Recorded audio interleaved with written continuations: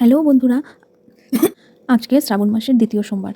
আমি তাই আমার পারদ শিবলিঙ্গের অভিষেক করানোর জন্য তৈরি হয়েছি। প্রথমেই আমি নিয়ে নিয়েছি দুধ আর সামান্য কেশর। তাই দিয়ে আমি আমার পারদ শিবলিঙ্গের অভিষেক করাচ্ছি। তার সাথে গৌরী পীঠেরও অভিষেক করিয়েছি। তারপর গণেশজি, কার্তিকজি এবং অশোক সুন্দরীকেও অভিষেক করিয়েছি। তারপর ওখানে বাসুকিনাগ আছে, রাখা আছে, বাসুকিনাগকে অভিষেক করিয়ে নন্দী মহারাজকে অভিষেক করাচ্ছি।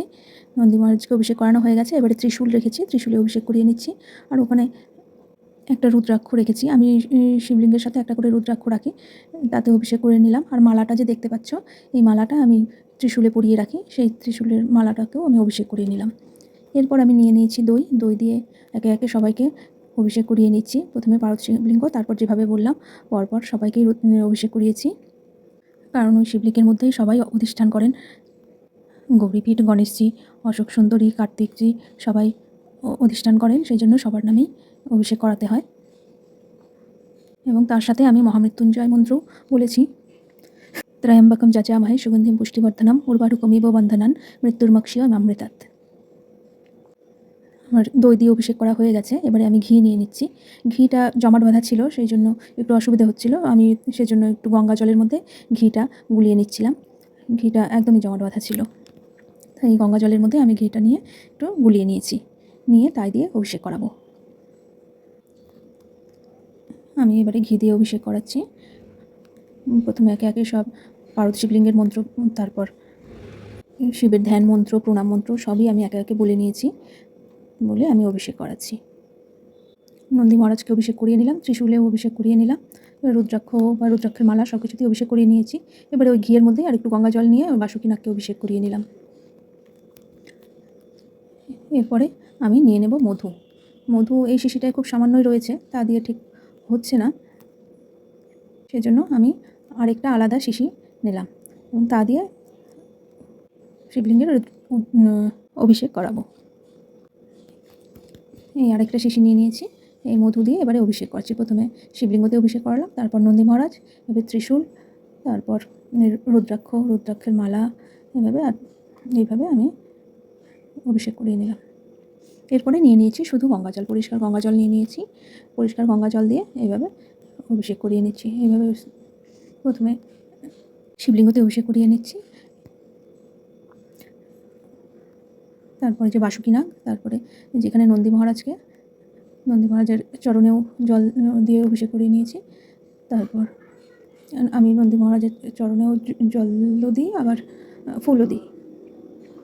ত্রিশূলেও গঙ্গা জল দিয়ে অভিষেক করিয়ে নিচ্ছি। এভাবে রুদ্রাক্ষের মালা সব কিছুতে অভিষেক করিয়ে নিয়েছি।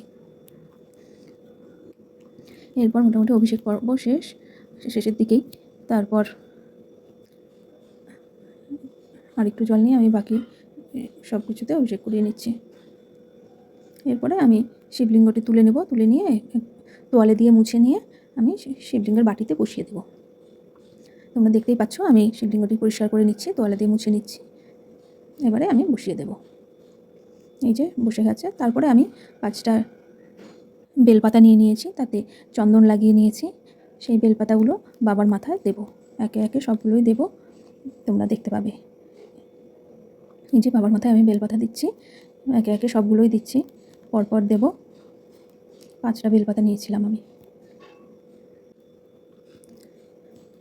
আজকে যেহেতু শ্রাবণ মাসের দ্বিতীয় সোমবার, তাই আজ মহাদেবকে সাদা তিল অর্পণ করতে হয়, তাই আমি 1 মুঠো সাদা তিল নিয়ে নিয়েছি। সাদা তিল নিয়ে ভোলে বাবার মাথায় অর্পণ করছি ওম নমঃ শিবায় বলে। এরপর আমি একে একে ফুল বেলপাতা যা কিছু আছে সব কিছু দিয়ে দেব। এগুলো সব আমার ছাদ বাগানেরই ফুল, যা দেখতে পাচ্ছ ফুল বেলপাতা সব কিছু ছাদ বাগানেরই। আজকে বাজার থেকে কোনো কিছু আনা সম্ভব হয়ে ওঠেনি, যা হোক ঘরে যা কিছু ছিল তাই দিয়ে। এই যে দেখতে পাচ্ছ ছোট্ট একটা গোলাপ ফুটেছে, এটাও আমি পারদ শিবলিঙ্গতে অর্পণ করলাম। আর এই যে অ্যালামন্ডা ফুল, ধুতুরা বলো, অপরাজিতা বলো, সব কিছুই আমার ছাদ বাগানের। একে একে আমি ফুলগুলো দিচ্ছি। আর এই ছোট্ট একটা মালা গেঁথেছিলাম সাদা টগর ফুল দিয়ে, আর একটা গাঁদা ফুল দিয়ে দিয়েছিলাম, সেই ফুলটা আমি পরিয়ে দিলাম পারদ শিবলিঙ্গতে। আর এই যে আমার ছাদ বাগানেই হয়েছে পদ্ম, তো এই আজ একটা পদ্ম ফুটেছে, তো এই পদ্মটাও আমি ভোলে বাবার উদ্দেশ্যে অর্পণ করলাম। আর এই যে বেগুনি রঙের অপরাজিতা ফুটেছে, প্রথমে তো সাদা রঙের অপরাজিতা দেখলেই, তারপরে বেগুনি রঙের অপরাজিতাটাও আজকে ফুটেছে, অনেকগুলো করেই ফোটে। এগুলো আমি ভোলে বাবার উদ্দেশ্যে অর্পণ করলাম। তারপরেই নন্দী মহারাজকে ফুল অর্পণ করলাম, আর নন্দী মহারাজের চরণেও একটা ফুল দিয়ে দিলাম। এইভাবে পরপর আমি ফুলগুলো সাজিয়ে নিচ্ছি। আর আরেকটা ফুল নিয়ে এবারে ত্রিশূলেও আমি অর্পণ করলাম। আর এই যে ঘরে এই একটা আপেল ছিল, এই আপেলটাও আমি এই একটা ফলই ভোলে বাবার উদ্দেশ্যে অর্পণ করলাম। আজকে আমি বিশেষ কিছু দিতে পারলাম না, তার জন্য মনটা সত্যি একটু খারাপ লাগছে। আমি তার জন্য ক্ষমা ভিক্ষা চেয়ে নিয়েছি ভোলে বাবার কাছে। তারপরে এই ধূপ দ্বীপ দিয়ে আমি ভোলে বাবাকে আরতি করব, করে আমি পুজো কমপ্লিট করব। আজকের পুজো তোমাদের কেমন লাগলো জানিও। আমি এইভাবেই পুজো করে থাকি, তোমরাও করতে পারো।